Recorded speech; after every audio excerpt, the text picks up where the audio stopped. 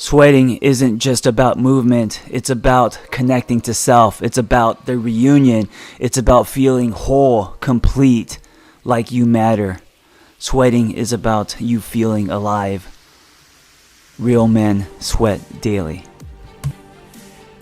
Humans used to wake up at dawn and spend the day hunting for their dinner. We used to build our own homes, fetch our drinking water, and cut our own firewood. We used to make things with our hands. It gave us a sense of accomplishment. We used to run, climb, swim, jump, and sweat. And it wasn't called exercise. It was called life. Today we cruise in air-conditioned cars, ride elevators, and sit in cubicles. But sweating reminds us that we aren't machines or hamsters on a loop, that we are in fact human, and we are made to move. Recording. Okay, so now if that red light's on, it's recording. Okay. Hey, how I look? Do I look cool? Yeah. How my muscles look? Good? I've got that lightning inside me, son of a god. I'm like a titan.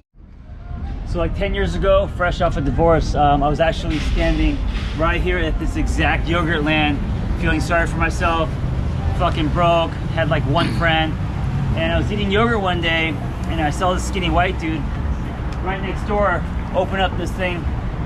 It was called CrossFit. It was brand new at the time, and he was just doing pull-ups and shit. And I went in here wondering what it was, and that was kind of the beginning of this whole CrossFit journey. And I, for the next 10 years, we would sweat in here every day, and this is where I kind of connected to myself. We discovered how far you can push yourself, your body, all of that, and we were flipping tires in the alleyway. Anyway, this is CrossFit Hollywood. Coming back here now, it just feels like going back to your high school and seeing how small everything was. But this was the beginning of my rebirth and connection to my body. I'm ready. I don't know if often. I know you're ready. I'm not one of these guys. I know, right? You're born ready. Oh, I'm born ready. Now that we found out that the brontosaurus isn't actually a real dinosaur, it destroyed my heart. What? Yeah. Sorry, we didn't expect you to be working out in the off hours. Like normal humans. Gym.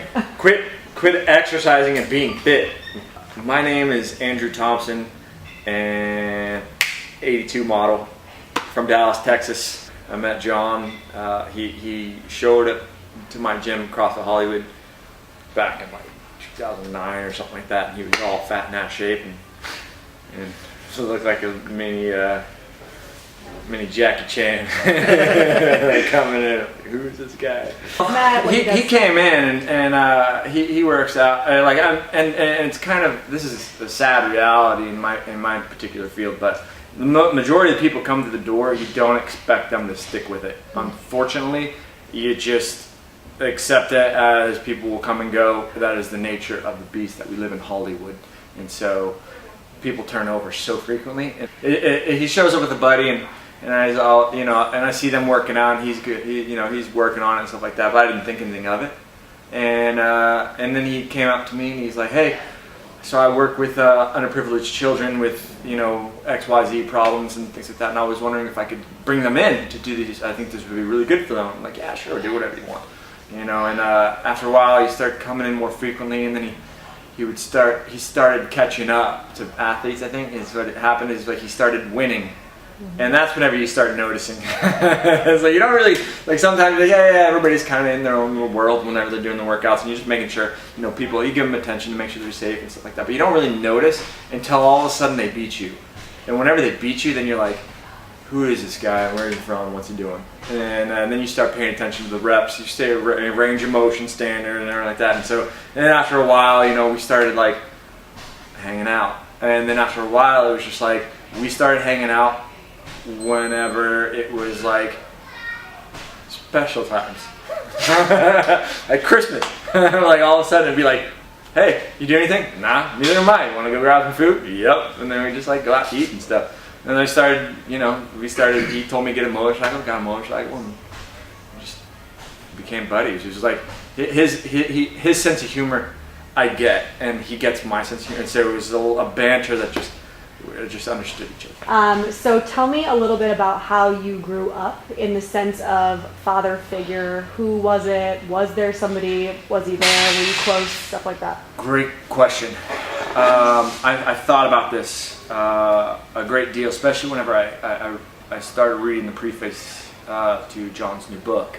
But how it really shapes you as a person, and it made me start thinking about it. It's like growing up, whenever I was 1, my real dad died. He was shot. He wasn't shot by somebody else. It was a freak accident. He had a .22 pistol, fell out of the holster, hit the ground, and shot off, went to his heart. And I was 1, so growing up I didn't have a father figure until my mom remarried when I was 3. There were some great things that he did introduce in my life, but it wasn't like I used him as my mentor or as my figure of what I could potentially be as a man.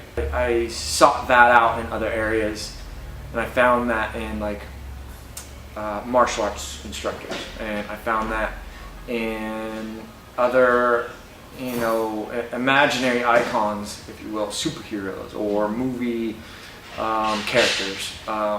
Things like, I could do that. I want to be like that. Something greater than what I am that makes me feel like I could be that. So had my real dad been there, I wonder, what would I have not been so inclined to seek out potential growth for myself. It's a positive thing that I didn't have that figure. So your definition that you were seeking or that you had created then, has it changed as you've gotten older? Has that definition changed and shaped itself? Yeah, and I had this realization just recently, and I say recently, it was in the past couple of years, that I had like a really low place in my life where I was really down, and I was doing all these amazing things. I was doing all these things I had never done before, and I was having all this adventure, and I was just really in this place of like, why am I doing this, and what is this for, and I hit this kind of epiphany for me. Whenever like people say, okay, know your value, know your worth, that in itself to me was what kind of love you're capable of giving. And people will hold that over somebody's head in a relationship like a carrot. Like, I know my worth, I know what I'm capable of giving, but they don't, do you actually give it? Are you able to actually give everything that you were capable of giving, and have you ever even done that? And then I sat there and I thought, I was like, I've never done that. I've never completely given all of myself and all of my being and everything that I've built and had in this worth of myself, of who I am. I've never actually given that. And once I realized that was what the self-value, self-worth was, I was like, that is what I need to aspire to give. And since then, I've really put this great deal of effort of kind of cultivating that within myself. And I'm still working. I'm not perfect by any means, but I'm still but that's definitely something that has changed in terms of growing for me. What do you think about what John is doing as far as kind of taking the show on the road, right? Like challenging people to look at their definitions of men, and not just men to look at men, but also women to look at the definitions as well. I think it's great. I love this idea that what he's doing. He's created a really cool environment for people. I love him reaching out and having these people ask these questions and answering them all genuinely, and like really being there and giving that place for people to kind of, he challenges the way people address an idea. And that, if that's not the best way to grow, I don't know what is. It's like really being able to look at things from a different perspective. And I think having the hopping from place to place, it gives people something to look forward to as well, because like, if you're like, hey, he's coming, not only is he coming, but he's coming to my house. So like, hey, he's gonna interview me. That makes me feel special. It makes you feel good. That it's like, hey, somebody's listening, and that's really cool. I mean, it's gonna cause a ripple effect in it's like that always happens. It's like butterfly effect. It's gonna change. It's gonna change people's lives and outlooks. That's cool.